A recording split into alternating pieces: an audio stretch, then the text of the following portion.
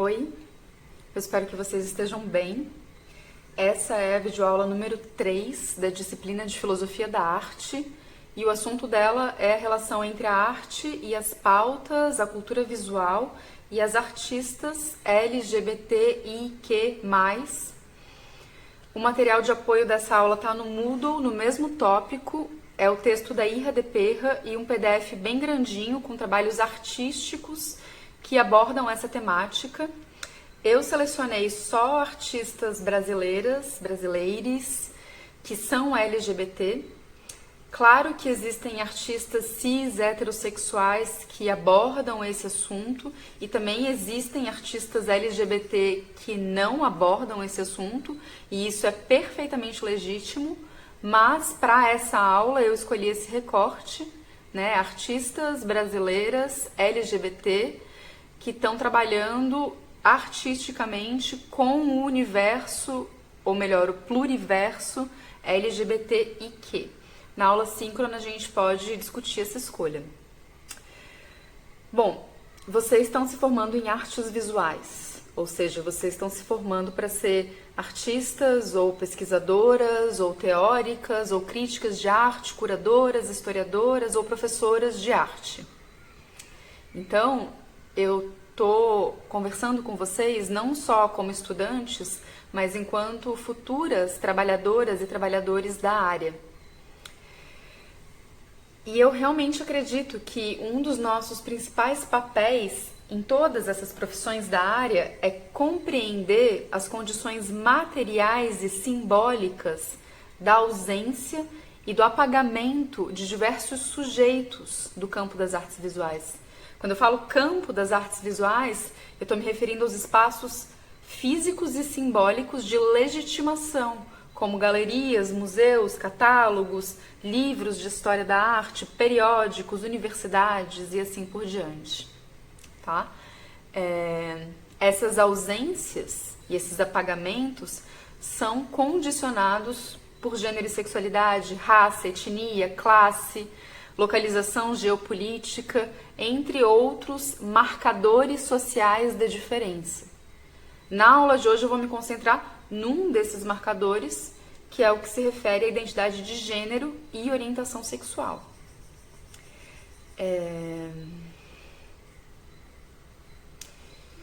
Então, eu vou falar sobre essas ausências, mas também sobre as presenças de artistas LGBTIQ dentro do mundo da arte. Antes eu falei de compreender, né? Mas é mais do que compreender. Na verdade, eu acho que nós, profissionais e futuros profissionais da área, a gente tem uma responsabilidade social de se engajar politicamente em ações efetivas contra essas ausências, contra esses apagamentos crônicos. E essas ações vão desde revisões históricas, ou melhor, revisões conceituais, por exemplo, até luta por cotas, por bolsas, por acessibilidade, lutas contra os preconceitos estruturais, e isso tanto na educação pública quanto nas instituições artísticas. Eu realmente espero que esses assuntos estejam cada vez mais presentes nos currículos, nos planos de ensino, nas ementas, mas eu também espero que esses sujeitos estejam cada vez mais presentes nas instituições, né? Nos museus, nas galerias, nas universidades, como estudantes e como professores, porque não adianta a gente inserir o assunto e não buscar a inserção dos sujeitos, entende? Bom, esse tema, a relação entre a arte e os sujeitos e as temáticas LGBTIQ, é um tema muito caro para mim. Ele me atravessa diretamente como sujeito, por causa da minha orientação sexual, e também como pesquisadora, porque eu coordeno aqui na UDESC um grupo de pesquisa chamado Guará, Grupo de Pesquisas Descoloniais em Arte Contemporânea. Algumas de vocês conhecem, né? E o conceito de descolonização que eu tenho trabalhado lá e aplicado à arte contemporânea, ele vem de um cruzamento que, à primeira vista, pode até parecer meio improvável, entre as histórias e teorias descoloniais latino-americanas, algumas vertentes do feminismo lésbico e as teorias queer, que eu acredito que também tem que passar por um processo de descolonização, e eu vou falar principalmente disso hoje.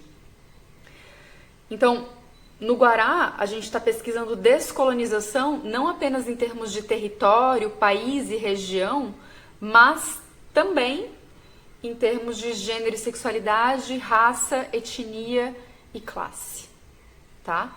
Então, a gente está abordando a história da arte e a produção atual de arte não apenas como uma história permeada pelas feridas coloniais, para usar essa expressão da Grada Quilomba, mas também em termos de gênero e sexualidade e raça e assim por diante. Então, tudo isso está ligado, né? Porque a colonização, ela sempre é uma colonização do corpo. Seja o corpo da terra, o corpo da natureza ou o corpo dos animais, humanos e não humanos. E o que é a colonização, no fim das contas, né? Ela é, na verdade, o principal alicerce do capitalismo. Ela é uma estrutura hierárquica de divisão social na qual um grupo se impõe como superior a um outro grupo, e com isso ele vai se legitimar a explorar o corpo, o trabalho, a imagem, o tempo de vida, o psiquismo, a produção artística do grupo que é estabelecido como inferior. Violentamente, esse processo é sempre muito violento. Então, em linhas gerais, o discurso colonizador é aquele que estabelece o corpo do outro como um território a ser colonizado. A marcação de certos corpos como indígenas, negros, selvagens, primitivos, ela serviu historicamente para defender a sua inferioridade, né? E, portanto, o direito europeu de escravizar, torturar, catequizar, privar esses povos de pensar nos termos da sua própria cultura, torturá-los, roubar suas terras e assim por diante. Bom, a mesma coisa se aplica para a marcação dos corpos por meio das categorias relacionadas com gênero e sexualidade. Aliás, essa é uma lição importante que vem do feminismo lésbico, né? A ideia de que o patriarcado constrói a categoria mulher para marcar aqueles corpos que vão ser explorados pelos homens, explorados sexualmente, como esposas ou como prostitutas, exploradas no trabalho doméstico, seja ele remunerado ou não, e exploradas como procriadoras, ou seja, fazer um serviço que é indispensável para sustentar a força de trabalho do capitalismo, né? Isso que algumas feministas chamam de trabalho de reprodução social, parir, cuidar, educar os futuros trabalhadores. E isso garante tanto a mão de obra barata para as classes mais baixas, quanto a hereditariedade das posses para as classes mais altas. E tudo isso depende, obviamente, do esquema familiar monogâmico, que também é uma estrutura colonizadora. Bom, a cis-heteronormatividade opera nessa mesma lógica colonizadora, que vai inferiorizar e oprimir as sexualidades e as identidades de gênero que são consideradas desviantes, abjetas, anormais em relação à cis-heteronorma. Então, eu acho muito importante na história da arte, na teoria, na crítica de arte, a gente tratar dessas opressões e dessas invisibilidades de uma forma integrada. Quem está atento aí já percebeu que eu estou falando disso que as feministas negras denunciavam desde a década de 70 como imbricamento de todas as opressões. Isso que hoje se chama de interseccionalidade e, em geral, se apaga a origem negra desse conceito. Tem uma artista e pesquisadora que eu gosto muito, que se chama J. Mombassa. Ela se define assim, vou ler. É uma bicha não binária, nascida e criada no Nordeste do Brasil, que escreve, performa e faz estudos acadêmicos em torno das relações entre monstruosidade, humanidade, anticolonialidade, redistribuição da violência, ficção visionária, fim do mundo e tensões envolvendo ética, estética, arte e política na produção de conhecimento do Sul global. Faço questão de trazer essa definição, essa autodefinição, porque eu acho que ela sintetiza tudo que eu considero muito importante para a gente pesquisar aqui hoje. E ela tem um texto que é uma grande referência para mim dentro dessa perspectiva de descolonização da teoria queer, que se chama Pode um cu mestiço falar? É um título em referência a um dos textos mais famosos da teoria pós-colonial, que se chama Pode um Subalterno Falar, da Spivak. E esse texto da J. Mombassa é sobre o imbricamento das opressões, né? Em outras palavras, é uma abordagem da descolonização que vai relacionar as múltiplas formas de colonização, todas essas que eu acabei de mencionar. E o que é mais interessante é que ela relaciona essas formas na primeira pessoa, né? Então ela é um texto que não adota aquele modelo sufocante e pretensioso de objetividade que é típico do discurso acadêmico. É um texto que adota o ponto de vista da autora, a primeira pessoa, que fala das opressões e das exclusões vividas na pele, já que ela é uma bicha binária brasileira, nordestina, gorda. E ela faz a mesma coisa nos trabalhos artísticos dela, que vocês podem ver no PDF que está lá no Moodle. A J. Mombassa usa um referencial teórico que vem do campo da teoria queer, mas também do campo do pensamento descolonial ou anticolonial. E não por acaso ela cita várias referências latino-americanas e também a escritora chicana Gloria Anzaldúa, que eu considero uma autora fundamental para pensar sobre a descolonização do queer e também sobre essa categoria polêmica da mestiçagem, que, aliás, é muito importante para pensar a história da arte brasileira, sobretudo do modernismo, mas isso é outra aula, né? Para hoje, primeiro eu vou explicar um pouco alguns fundamentos da teoria queer e depois entrar nessa questão de como pensar o queer na América Latina, como descolonizar esse referencial teórico. Eu acho que essas ferramentas teóricas são bem importantes para a leitura e interpretação dos trabalhos artísticos que eu coloquei lá no PDF e de outros também, lógico. Não existe, esse é um primeiro ponto, não existe uma definição genérica que seja aceita universalmente para essa corrente de pesquisa acadêmica, que também é uma forma de política pós-identitária, que é o queer.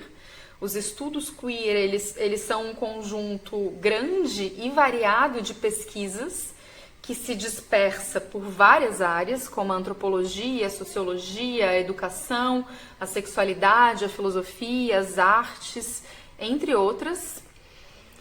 De uma forma geral, é possível afirmar que a teoria queer busca ir além das teorias que são baseadas na oposição homens e mulheres, e também aprofundar os estudos sobre as minorias sexuais para além de gays e lésbicas, sobretudo gays, né? Que sempre foi a categoria com mais visibilidade dentro das minorias sexuais, ou melhor, os gays brancos cis.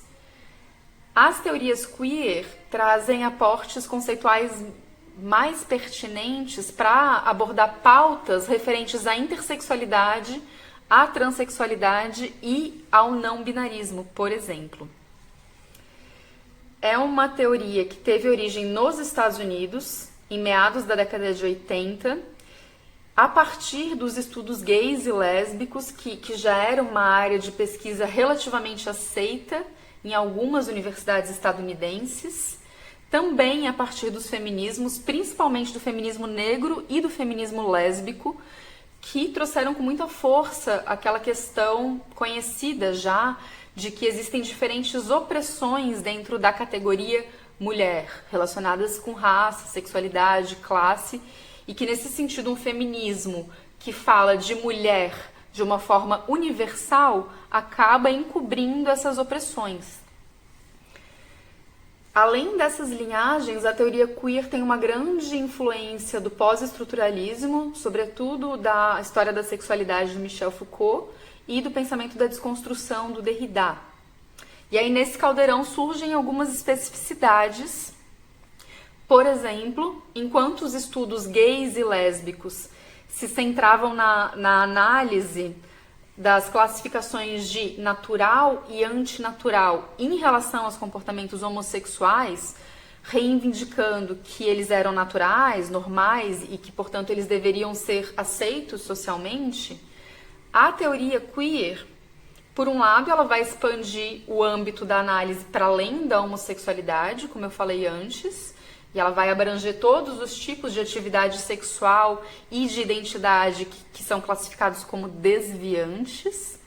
E, por outro lado, a reivindicação queer não é ser normalizado, não é ser aceito socialmente dentro das normas de uma sociedade normativa, mas antes explodir essas normas, questionar o próprio poder do Estado, da sociedade e das instituições de definir o que é normal e o que é desviante. Tem uma fala que eu gosto muito da Amanda Palha, que é uma pensadora travesti e bissexual, que eu admiro muito, e ela fala assim: quando os conservadores falam pra gente que a gente está tentando destruir a família, a gente não devia ficar na defensiva falando, não, a gente gosta da família, a gente só quer amar e ser aceito. A gente devia falar, sim, nós queremos destruir a família, sim. Por quê? Porque a família monogâmica, como eu acabei de falar, é justamente a célula de base do capitalismo cis-heteropatriarcal. Então, se o movimento LGBT quer ameaçar esse sistema, ele tem que adotar essa radicalização, né? Aliás, esse é um aporte teórico muito importante que tanto a teoria queer quanto o feminismo descolonial pegam do feminismo lésbico. Tem um texto da Amélia Jones e da Erin Silver que se chama História da Arte Feminista Queer, no qual elas fazem uma genealogia das influências feministas e queer na arte contemporânea. Elas falam muito sobre a influência da AIDS para o surgimento dos movimentos queer, ou melhor, do modo como a AIDS foi usada para reforçar preconceitos contra os LGBTs. Esse é um tema que aparece nos trabalhos da série Sudário, do Christos Nóbrega, que está lá no PDF. E essas autoras também trazem alguns apontamentos bem interessantes sobre o feminismo lésbico e a arte. O feminismo lésbico ele se estabeleceu, por um lado, por causa da misoginia dentro do movimento gay e, por outro lado, por causa da lesbofobia dentro do movimento feminista. Vocês devem saber que muitas feministas, na década de 70, negavam a participação de lésbicas no movimento. Chamavam elas de ameaça lavanda. A Amélia Jones e a Erin Silver fazem uma comparação bem interessante entre a ameaça lavanda, representada pelos LGBTs, e a ameaça vermelha, representada pelos comunistas, mostrando como os conservadores usavam essas imagens como capital político, coisa que a gente vê atualmente, né, no Brasil bolsonarista. O Bolsonaro se elegeu inventando duas grandes ameaças: a ameaça da ditadura comunista e a da ditadura gaysista. É impressionante que isso ainda convence as pessoas em pleno 2020. Enfim, voltando para a querela entre lésbicas e feministas mais tradicionais, as feministas lésbicas, que em alguns grupos adotaram políticas separatistas, inclusive nas artes, que eu acho bem controversas, elas se declaravam mais feministas, porque elas estavam mais afastadas dos homens, enquanto as feministas diziam que, na verdade, elas reproduziam os papéis do casamento heterossexual, porque tinha as lésbicas mais masculinizadas e as lésbicas femininas, a butch e a femme. Mas o que a gente lê nas teóricas do feminismo lésbico, sobretudo no campo das artes, é uma crítica bem contundente à idealização romântica do casamento e também à heterossexualidade compulsória. Esse é um termo bem importante. E isso vai aparecer no campo das artes enquanto apagamento de registros, de imagens, das identidades das artistas.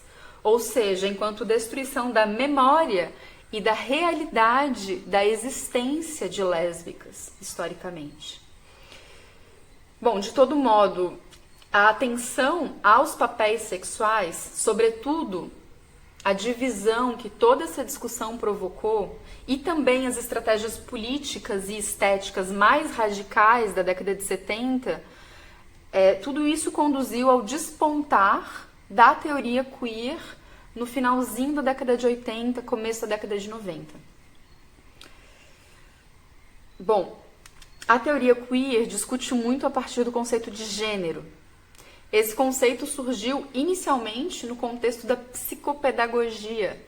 Essa informação, isso na década de 50, tá?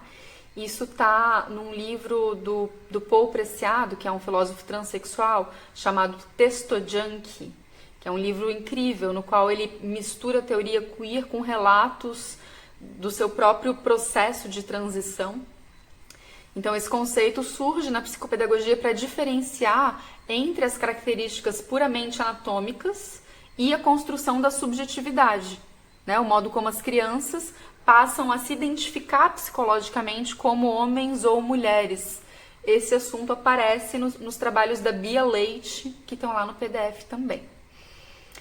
E aí, nas décadas de 60 e 70, o conceito de gênero foi apropriado pelo movimento feminista, mais especificamente pela chamada segunda onda do feminismo, no qual pesquisas teóricas começam a conquistar espaço nas universidades, livros, jornais.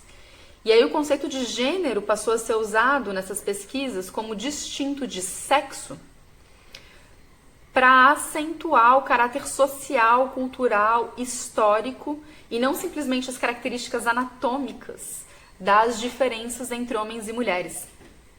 Então, aquelas teorias naturalistas sobre os sexos, como, por exemplo, aquelas pseudociências do século XIX, que diziam que as mulheres eram biologicamente inferiores aos homens, essas teorias passaram a ser rejeitadas em favor de análises dos processos que constroem as diferenças entre os gêneros. Isso na década de 60, tá? Antes de tudo aquilo que eu estava falando sobre o feminismo lésbico. Mas claro que esse tipo de ideia tem raízes anteriores. Por exemplo, no livro da Mary Wollstonecraft, que é de 1792, a gente já lê que as mulheres não são intelectualmente inferiores por natureza. Elas apenas recebiam menos educação e oportunidade. Alguém teve que falar isso, né? Impressionante. Bom, uma das teóricas mais famosas do queer é a Judith Butler, e ela faz uma investigação bem rigorosa de como os gêneros são efeitos e não causas das instituições, dos discursos e das práticas. O conceito mais famoso dela é o de performatividade de gênero.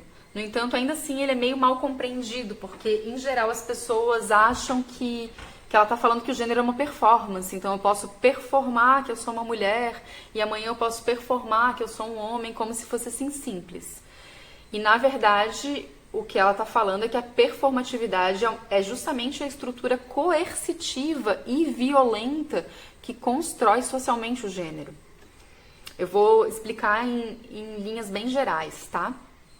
A performatividade é um conceito que a Butler toma da filosofia da linguagem do Austin, através do filtro interpretativo do Derrida.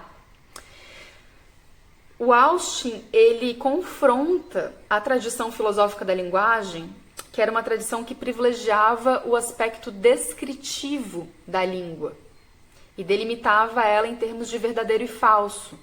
Descritivo no sentido de eu falar, essa poltrona é amarela, eu estou descrevendo uma realidade anterior. E aí o Austin destaca um aspecto da linguagem que não serve para descrever as coisas, mas para realizar algo. Perform, em inglês, é realizar. Então, os enunciados performativos, eles realizam aquilo que eles enunciam no momento em que eles enunciam. Acho que com exemplo fica mais fácil.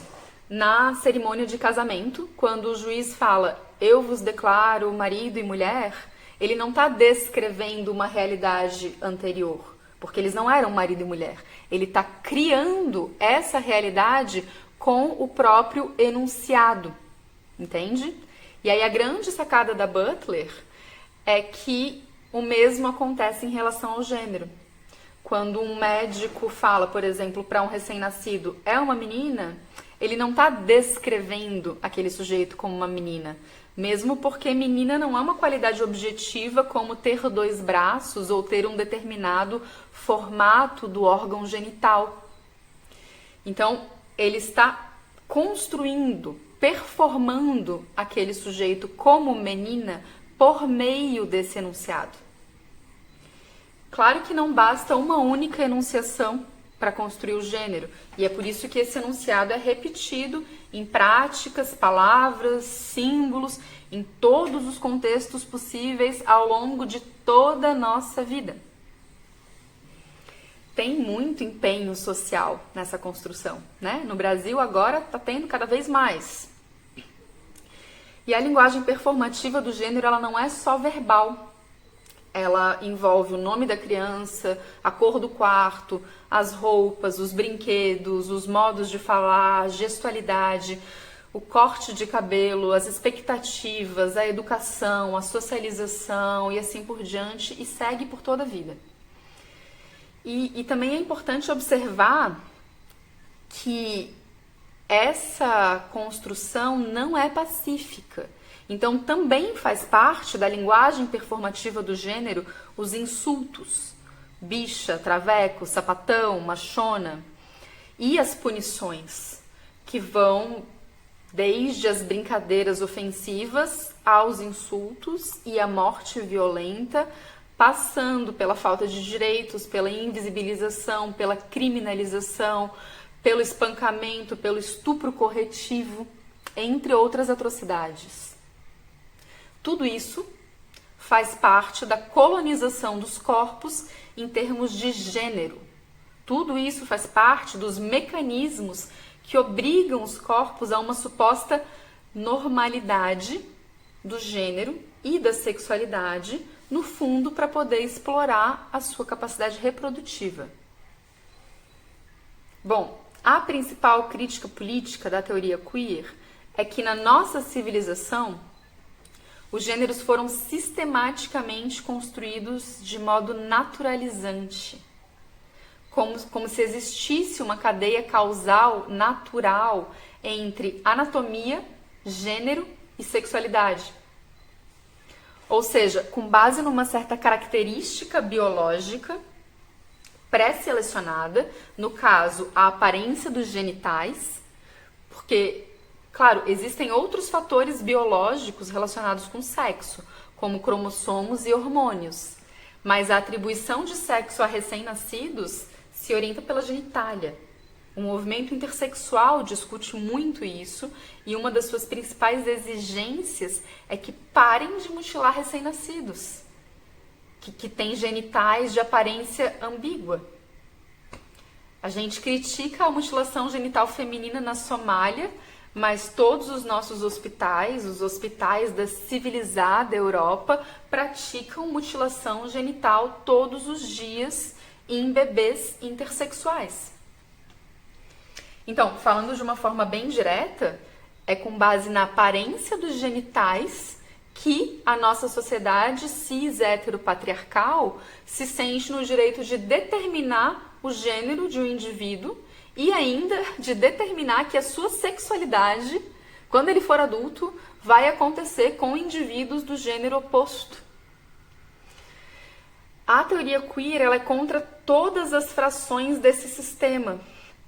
Primeiro, ela é contra a imposição de que só existem 2 gêneros, né? porque não apenas existem mais do que 2 tipos de genitália, mas ainda existem bem mais tipos de relação entre genitália e cromossomos e hormônios. Segundo, ela é contra a ideologia que atribui aos gêneros todo um complexo de significados culturais que são bem absurdos se a gente for parar para pensar o que tem a ver o genital com a cor rosa ou azul, ou boneca, ou futebol. Eu realmente queria que a Damares me explicasse, porque não tem a menor lógica, né? E, em terceiro, ela é contra a imposição de que a relação sexual tem que acontecer entre o gênero feminino e o masculino. Vejam, isso é uma ideologia. É engraçado porque os conservadores falam que a gente faz ideologia de gênero, mas eles é que estão fazendo ideologia. Porque se a gente for analisar cientificamente, as relações homossexuais sempre aconteceram, não só na espécie humana. Elas já foram documentadas em mais de 1.500 espécies animais. Então, isso significa que todo esse sistema de identificação causal entre órgãos genitais, gênero e orientação sexual é uma forma de colonizar corpos e sujeitos. Não tem nada de natural, de necessário, de divino em identificar o gênero e a orientação sexual de um recém-nascido a partir de um único órgão. Esse sistema, na verdade, é um modo de perpetuação de certas relações de poder pautadas, obviamente, na supremacia do gênero masculino e da cis-heteronormatividade. E a principal estratégia desse sistema é que ele esconde o seu aparato ideológico e se apresenta como natural. E ainda acusa os outros de ideologia, né? Bom, a teoria queer chega na América Latina mais para o final da década de 90. E ela se fortalece principalmente depois dos anos 2000. E aí aparecem algumas tentativas de reinvenção do queer aqui nos trópicos. Primeiro, existe uma questão em relação a traduzir o termo. Alguns teóricos vão falar da intraduzibilidade do queer, outros vão tentar traduzir, por exemplo, por transviado ou por teoria bicha. E existem referências teóricas muito importantes aqui no Brasil, como a Berenice Bento, a Guacira Lopes Louro, a Larissa Pelúcio, no campo da educação, o Pedro Paulo Gomes, o João Silvério Trevisan, que tem um livro incrível chamado Devassos no Paraíso, que vai contar a história da homossexualidade no Brasil da colônia à atualidade. Na arte tem o Leandro Collin, o Denilson Lopes, a J. Mombassa, que são referências teóricas bem importantes. Na América Latina, talvez as referências mais famosas sejam o Pablo Sutherland, no Chile, e o Néstor Perlonger, que é um argentino. O Sutherland tem um livro incrível chamado Nación Marica. Marica talvez seria uma tradução interessante para queer. O problema é que marica, bicha, transviado são conceitos que se aproximam mais da identidade homossexual masculina. E isso, obviamente, é um problema. Queer é um termo mais amplo que vai abordar igualmente todas as letrinhas da sigla LGBTI. Só que é um termo em inglês. E, como diz a Irra de Perra, com aquela ironia maravilhosa dela, ela vai falar que aqui na América Latina, o nome em inglês funciona como uma fórmula publicitária que valoriza, né, aumenta o status simbólico da mercadoria. Então, como é que a gente vai falar de teoria queer, uma teoria que é descolonial em relação a gênero e sexualidade, sem ser colonial em relação a território, em relação às dinâmicas de legitimação epistemológica no eixo norte-sul? Vocês entendem o problema? A J. Mombassa tem uma palestra, ela deu uma palestra com o cu. De fato, é uma palestra performática, ela fica de 4 em cima de uma mesa com um microfone no ânus. E eu acho que foi em 2016. E aí ela trouxe uma questão muito importante com o cu. Ela diz que nos Estados Unidos, o queer começa como uma prática, né? Como uma revolução das minorias sexuais nas ruas, nas boates, que é protagonizada por pessoas trans e travestis. E só depois o queer entra no âmbito teórico. Já na América Latina, o queer aparece primeiro como teoria, via importação universitária. Ou seja, é um problema tanto do nosso colonialismo interno dentro das universidades, quanto um problema do colonialismo da relação entre as universidades e as práticas sociais, culturais, dos movimentos sociais. Além disso, a gente poderia dizer que falar sobre teoria queer aqui na América Latina é um anacronismo. Por exemplo, ficou comum se apropriar do referencial queer para interpretar algumas coisas da cultura brasileira, como Madame Satã, que é uma figura da década de 40, 50. Ela é queer. Então a gente é queer antes do queer. Então por que importar esse conceito e toda essa bagagem teórica, que é posterior? Quem lê o texto da Irra de Perra deve ter percebido que esse é o grande problema que ela apresenta lá. Aliás, só com o título do texto dá para sacar. O título é Interpretações imundas de como a teoria queer coloniza nosso contexto sudaca, pobre de aspirações e terceiro-mundista, perturbando com novas construções de gênero aos humanos encantados com a heteronorma. Esse é o título, tem 3 linhas.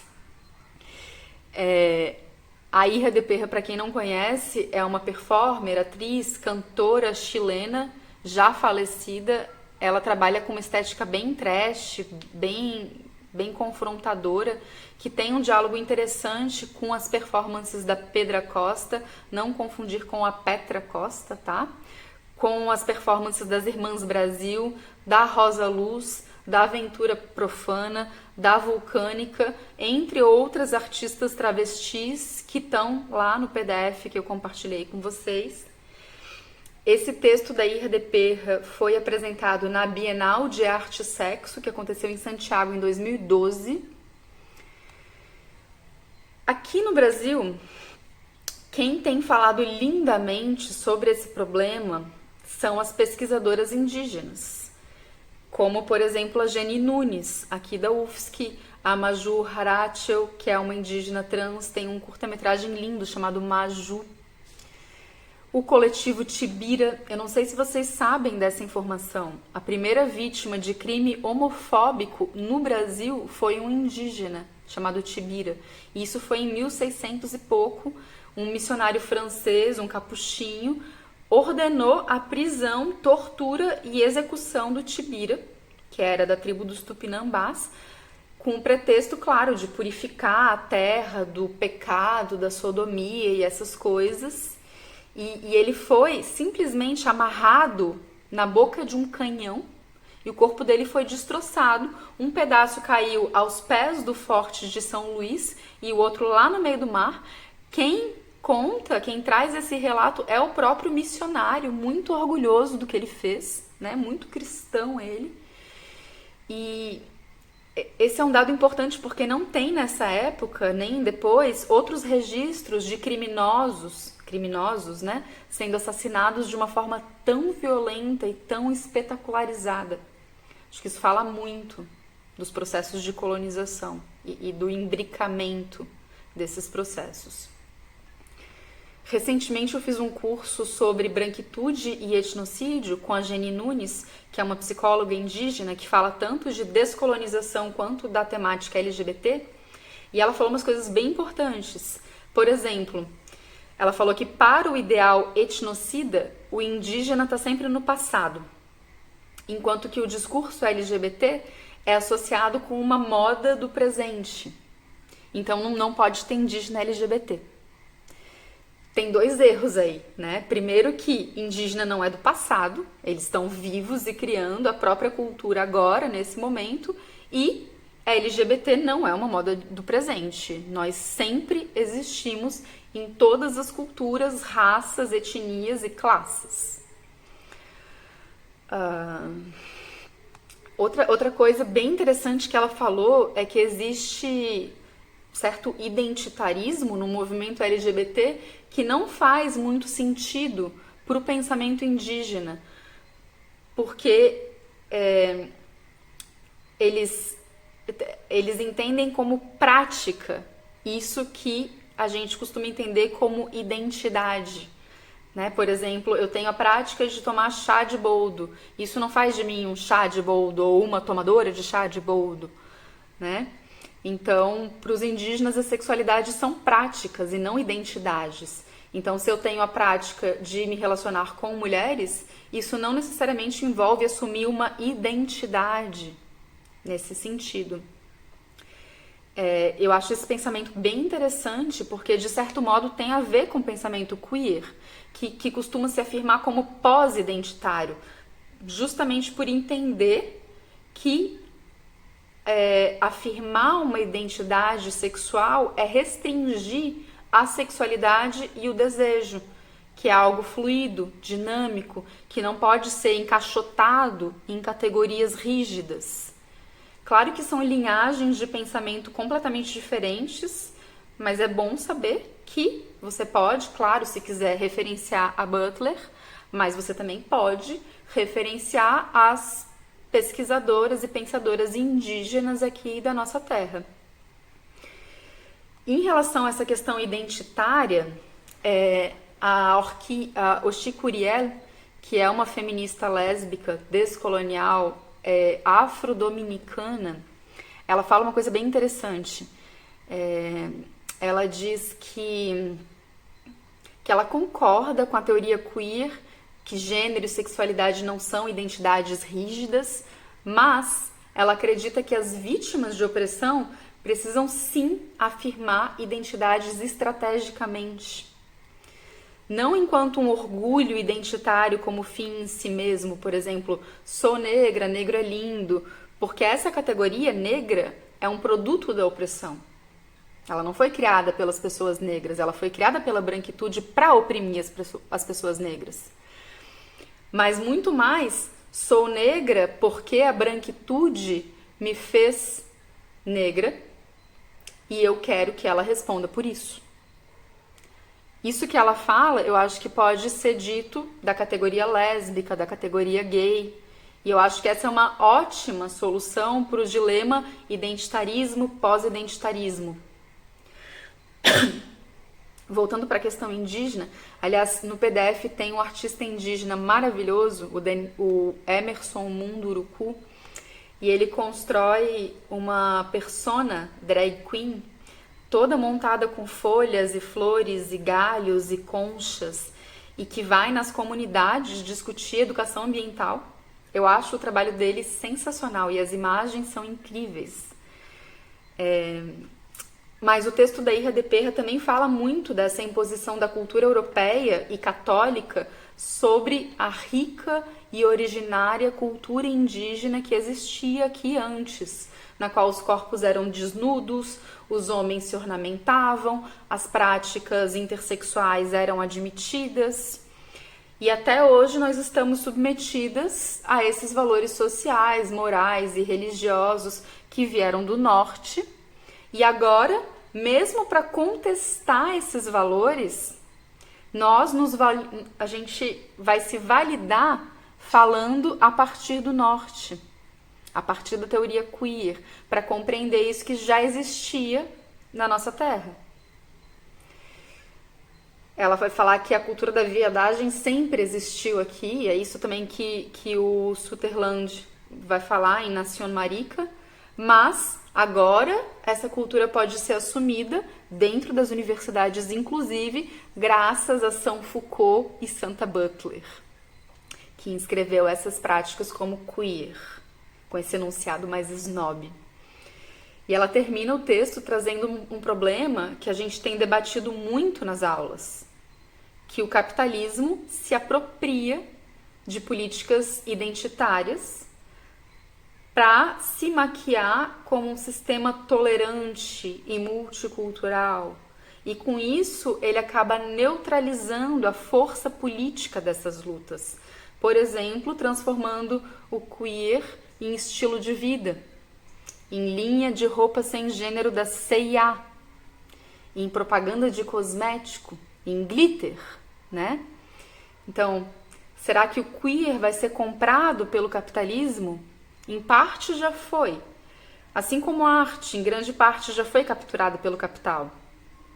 Ou será que o queer e a arte, e os movimentos LGBTs, e a arte LGBTIQ vão continuar sustentando o seu legado de resistência e de descolonização dos corpos em relação à heteronormatividade e à cis-heteronormatividade? Essa é uma questão importante. Eu acho que eu vou terminar a aula com ela.